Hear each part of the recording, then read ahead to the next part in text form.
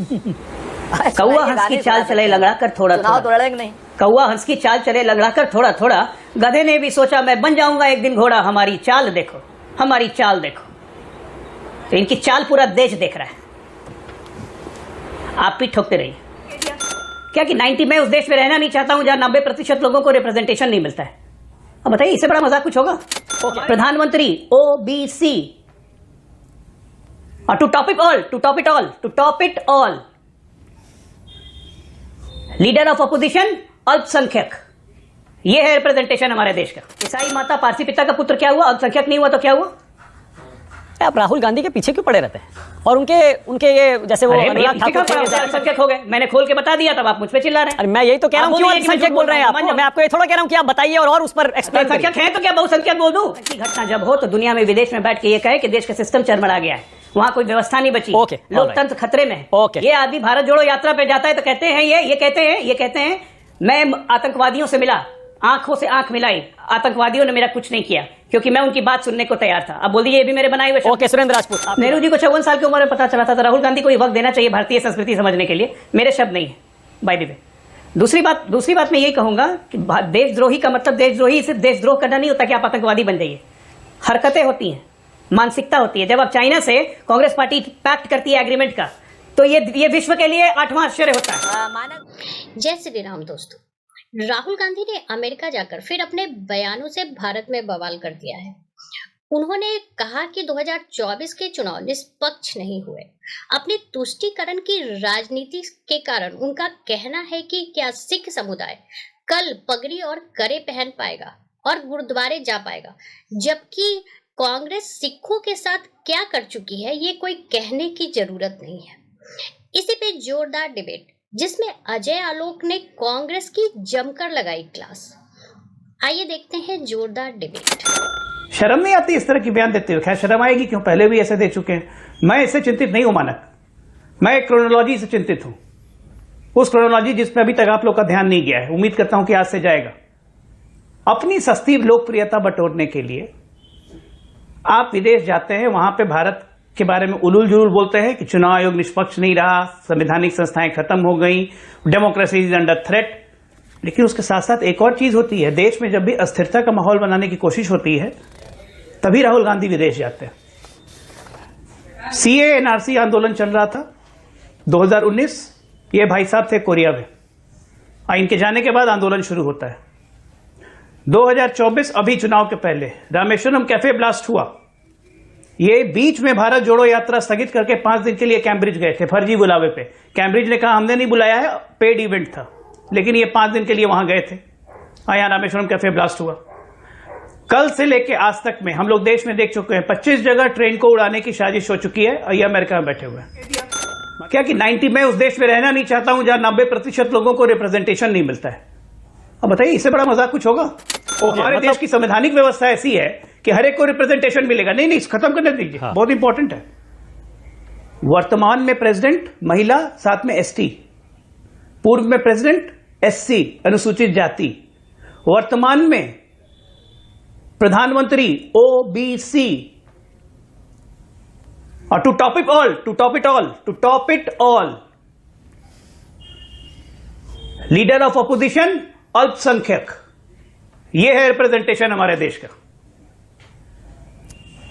Leader of opposition अल्पसंख्यक कैसे हो गए? राहुल गांधी अल्पसंख्यक कहां से हो गए, कब से हो गए अजय आलोक? आप ही बताइए। ईसाई माता पारसी पिता का पुत्र क्या हुआ? अल्पसंख्यक नहीं हुआ तो क्या हुआ? आप राहुल गांधी के पीछे क्यों पड़े रहते हैं? और उनके ये जैसे वो अल्पसंख्यक हो गए, मैंने खोल के बता दिया, तब आप मुझ पे चिल्ला रहे हैं। अरे मैं यही तो कह रहा हूं, क्यों अल्पसंख्यक बोल रहे हैं आप? मैं आपको ये थोड़ा कह रहा हूं कि आप बताइए और उस पर एक्सप्लेन करिए। अल्पसंख्यक हैं तो क्या बहुसंख्यक बोल दूं? अल्पसंख्यक हैं तो क्या बहुसंख्यक बना दूं उनको? अरे भैया, जब वो कहते हैं कि वो इस पैनल बैठा हुआ, जब वो कहते हैं कि वो ब्राह्मण है, कौल ब्राह्मण है, जब वो कह चुके तो आपको मान लेना चाहिए। क्या दिक्कत है? विनोद अग्निहोत्री जी ब्राह्मण है, बता दें कैसे कौल ब्राह्मण है। ये शिवसेना वाले भी ब्राह्मण है, बता दे राहुल। अच्छा ठीक है, वापस मुद्दा। जब हो तो दुनिया में विदेश में बैठ के ये कहे कि देश का सिस्टम चरमरा गया है, वहां कोई व्यवस्था नहीं बची, लोकतंत्र खतरे में है। ये आदमी भारत जोड़ो यात्रा पे जाता है तो कहते हैं ये कहते हैं मैं आतंकवादियों से मिला, आंखों से आंख मिलाई, आतंकवादियों ने मेरा कुछ नहीं किया, क्योंकि मैं उनकी बात सुनने को तैयार था। अब बोल दीजिए ये भी मेरे बनाए हुए शब्द। ओके सुरेंद्र राजपूत, आपकी बात। अगर राहुल गांधी ने कोई देशद्रोही काम किया है, जैसा एक क्या नाम जिसको कहा जाए मानसिक रूप से असंतुलित शिवराज सिंह ने कहा, पहले तो गिरिराज सिंह थे अब शिवराज सिंह हो गए, तो FIR करो ना, कौन रोक रहा है आपको? अब आप सुनिए असली बात। नरेंद्र मोदी का विरोध, भारतीय जनता पार्टी का विरोध और संघ का विरोध, राष्ट्र का विरोध नहीं है। इन तीनों का विरोध आगे भी होगा, देश में भी होगा, देश के बाहर भी होगा। ओके, अब मैं बहुत स्पष्ट जान अब मैं लीजिए, पूछूं आपसे देश की सवाल। क्या नाम, हमने सुरेंद्र कोई- राजपूत, आपने कोई अपनी बात दे- कह दी, अब मैं आपसे नहीं, सर। सवाल पूछूं।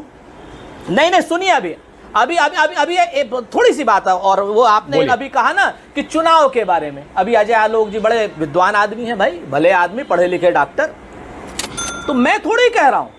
ADR की रिपोर्ट कहती है कि 79 सीट्स पर आपने वोटों की हेराफेरी की है, मैं नहीं कह रहा, ADR की रिपोर्ट कह रही है।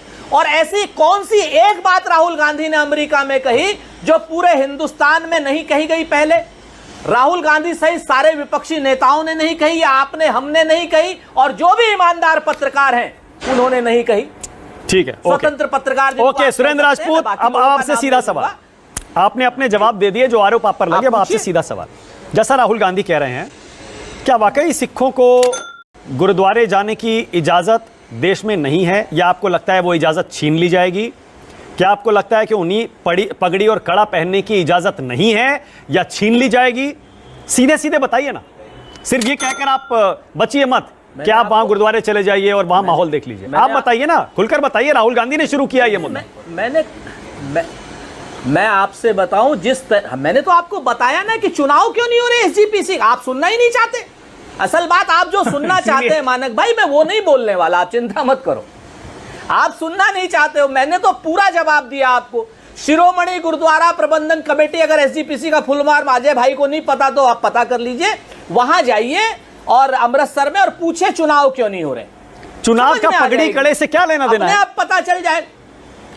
अरे भाई, मैं आपसे तो कह तो रहा हूं कि जब आपको पहचान सकता बनाने का संकट, जो शिरोमणि गुरुद्वारा प्रबंधन कमेटी है, जो सारे गुरुद्वारों का भाव प्रभाव स्वभाव देखती है, उनके ही चुनाव आप नहीं होने दे रहे हो।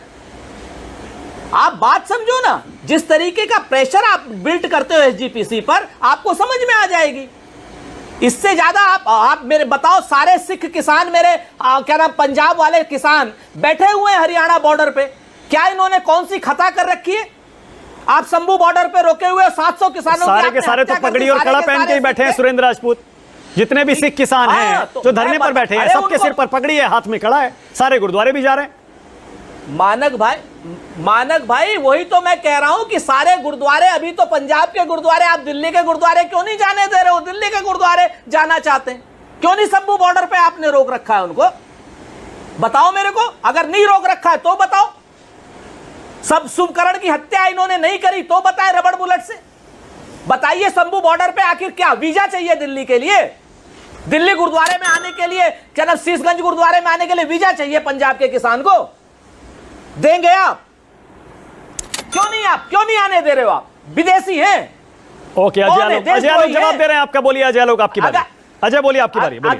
अगर राहुल गांधी इस बात को आते हैं तो आपको दिक्कत हो जाती है सुरेंद्र भाई को, और कुछ ज्यादा बोल दीजिए तो आपको नोटिस आ जाएगा। ओके, कहां सुरेंद्र भाई को आप फंसा रहे हैं मानक? इनडिफेंसिबल भी सी पोजीशन है, उसमें कहां झूठ का फंसा रहे हैं? उस सवाल का क्या जवाब देंगे? दाएं बाएं इधर घूम रहे हैं। एक्चुअली सुरेंद्र भाई की दिक्कत नहीं है ना, बचपन में एक गाना सुना था, वही याद आ गया। आपको पता सुरेंद्र भाई ने भी सुना होगा। इलेक्शन का भी नहीं पता आपको। अब अरे सुनिए ना, सुरेंद्र भाई बीच में नहीं बोल रहा था, बचपन में एक गाना सुना था। आप इतना शेरो शायरी बोलते हैं, गाना मैं भी सुना देता हूं। कौआ हंस की चाल चले लंगड़ा कर थोड़ा थोड़ा, नहीं कौआ हंस की चाल चले लंगड़ा कर थोड़ा थोड़ा, गधे ने भी सोचा मैं बन जाऊंगा एक दिन घोड़ा, हमारी चाल देखो, हमारी चाल देखो। तो इनकी चाल पूरा देश देख रहा है, आप भी ठोकते रहिए। बोलिए सुरेंद्र राजपूत, आपको तो मौका दूंगा ही जब अजय आलोक ने आरोप लगाया तो बोलिए। अरे सर वही अब तक गधों का अपमान का आरोप लगाते थे हम पर, आज गधों का अपमान स्वयं अजय आलोक जी कर रहे हैं। ये है आपके सामने ये स्थिति हो गई। आप बताओ, मैंने कहा देश में गुजरात से आए हुए सारे के सारे जो भी नस्लें हैं और जो भी फसलें हैं, क्या मैंने अभी गधों का जो अपमान अजय आलोक जी ने किया, जो आपके सामने और मैं आपको फिर से कहता हूं कि सिखों का भी, आप सारे लोगों का, पूरे देश की बहुलता की संस्कृति का, आप चाहते हो कि देश में एक रंग के फूल हों।